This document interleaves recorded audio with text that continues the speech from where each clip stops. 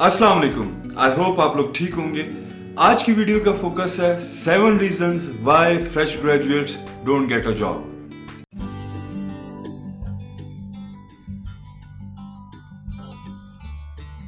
Graduates degree लेने के बाद जब मार्केट में उतरते हैं तो बहुत सारी उम्मीदों के साथ मार्केट में जाते हैं, लेकिन कुछ ही मंथ्स में उनकी उम्मीदें जो है वो डिसअपॉइंटमेंट में बदल जाती हैं, जिसकी वजह से बहुत ज़्यादा फ्रस्ट्रेशन और डिप्रेशन का शिकार हो जाते हैं। आज की वीडियो में और आने वाली 3 वीडियो में हम सिर्फ फ्रेश ग्रेजुएट की मदद करेंगे जिससे वो आगे एक अच्छी जॉब सिक्योर कर सकें।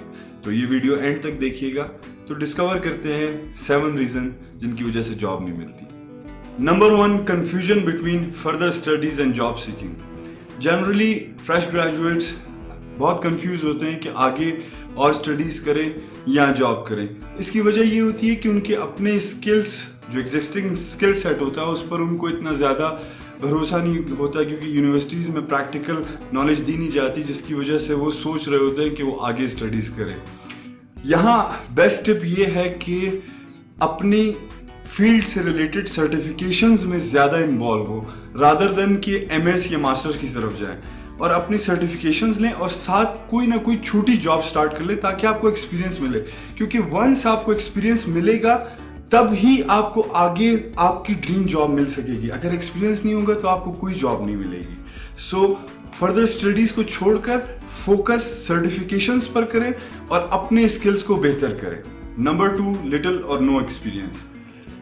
फ्रेश ग्रेजुएट्स को सबसे ज़्यादा खुशफहमी इस चीज़ की होती है कि उनकी डिग्री ही उनको जॉब दिलवा सकती है। हालांकि ऐसा नहीं है। ऑनेस्टली स्पीकिंग 80% से ज़्यादा स्टूडेंट्स जो हैं अपनी कॉलेज और यूनिवर्सिटी लाइफ में सिर्फ टाइम वेस्ट करते हैं, लेकिन it's time to get serious और अपनी ईगो को मार कर छोटी जॉब्स में, इंटर्नशिप्स में एक्सपीरियंस हासिल करें ताकि वो बड़ी जॉब की तरफ जा सकें।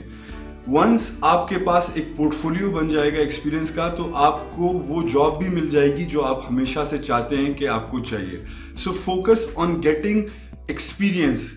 Experience is the best thing you can have, the biggest asset you can have. Number 3, no skills. You have to be good at something. आपको वैल्यू कंट्रीब्यूट करनी है कंपनी के लिए। तो आजकल के दौर में कंप्यूटर स्किल्स बहुत इंपॉर्टेंट है। अपनी फील्ड से रिलेटेड एरिया में एक्सप्लोर करें कि कौन से स्किल्स ज़रूरी हैं, उनको मास्टर करें और साथ साथ सॉफ्ट स्किल्स में देखें कि आपके इन पर्सन कौन से स्किल्स लैग करते हैं। For example communication skills, problem solving skills, people management skills, XYZ। तो स्किल्स को देखें कि कौन से स्किल्स को आप बेहतर कर सकते हैं टेक्निकली और personally. Number 4, general, CV and cover letter. यह आपका फर्स्ट इंप्रेशन होता है रिक्रूटर और हायरिंग मैनेजर के सामने। तो make it customised, not general. कहीं से भी नेट से उठा के कॉपी पेस्ट कर कोई CV अगर आप प्रेजेंट करेंगे, it will not work for you. आपको पर्सनलाइज होना पड़ेगा, कस्टमाइज होना पड़ेगा। आपकी CV प्रोफेशनल होनी चाहिए, डिफरेंट होनी चाहिए, यूनिक होनी चाहिए जैसे आप यूनिक हैं। और कवर लेटर में उसमें आप अपने बारे में बताएं जो चीज़ें आप CV में नहीं लिख सकती, ताकि रिक्रूटर आपके बारे में इंटरेस्टेड हो और आपकी CV को ओपन कर सके। लास्टली CV जो है वो पाक होनी चाहिए ग्रामेटिकल मिस्टेक से और बाकी छोटी छोटी फॉर्मेटिंग मिस्टेक से।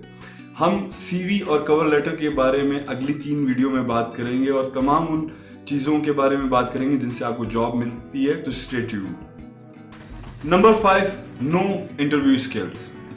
अब जब आप CV और कवर लेटर के स्टेज से निकल गए तो वक्त आ गया है कि इंटरव्यूज की तैयारी की जाए। वक्त आ गया है कि खुद को बेचा जाए। ऐसे कौन सी तरीका है जिससे आप खुद को बेचें और दूसरी कंपनी के लोग आपको हायर करें?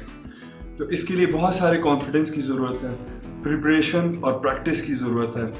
और वंस आप इस चीज़ को प्रिपेयर कर लेंगे तो इंटरव्यू से निकलना, इंटरव्यू को जीतना कोई मुश्किल काम नहीं है। हम नेक्स्ट वीडियोस में इसके बारे में भी बात करेंगे, so stay tuned. Number 6, quit too easily. Fresh graduates बहुत जल्दी डिसअपॉइंट हो जाते हैं, फ्रस्ट्रेट हो जाते हैं कि हमें जॉब नहीं मिल रही क्योंकि पीयर प्रेशर होता है और ये सारी वजूहत होती हैं। मुझे अपनी कहानी याद है कि आज से 8 साल पहले जब मैं क्वेटा से निकला था कराची के लिए जॉब के लिए, तो हालांकि मेरे पास 8 साल का एक्सपीरियंस था क्योंकि मैं कोई 15 साल की उम्र से जॉब्स कर रहा था, लेकिन मुझे कराची में 50 जगह पे अप्लाई करने के बाद भी एक इंटरव्यू कॉल नहीं आई।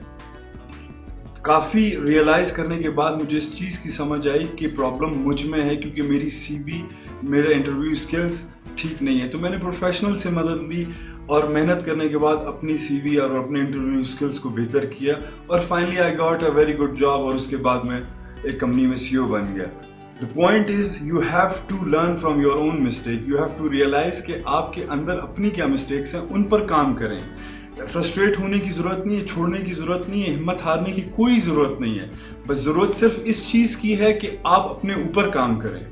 वंस आप ये रियलाइज कर लेंगे, आप अपने ऊपर काम करना शुरू करेंगे, you will get new opportunities, you will get brighter chances. Last but not least, number 7, lack of networking. इसमें कोई शक नहीं कि बहुत सारी जॉब्स मिलती ही रेफरेंस पर है, और क्योंकि वर्ड ऑफ माउथ एक बहुत इफेक्टिव वे है, क्योंकि जब कोई रेफर करता है हायरिंग मैनेजर को कि ये बंदा बहुत अच्छा है, so it gives a confidence to hiring manager.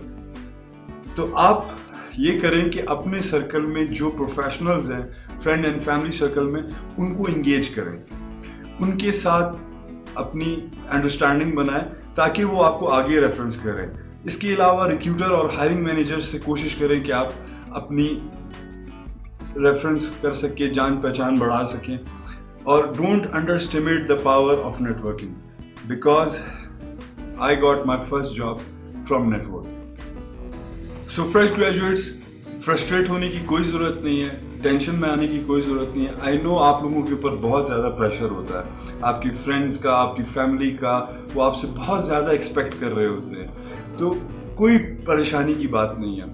अगर आप थोड़ा सा खुद पर काम करेंगे, बिलीव मी, थोड़ा सा खुद पर काम करेंगे, यू कैन डू वंडर्स। इसी डिग्री के साथ आपको एक बेहतर जॉब मिल सकती है। आप अगली वीडियोस का इंतज़ार करें, अगली वीडियोस को वॉच करें और ख़ुद पर काम करना शुरू करें।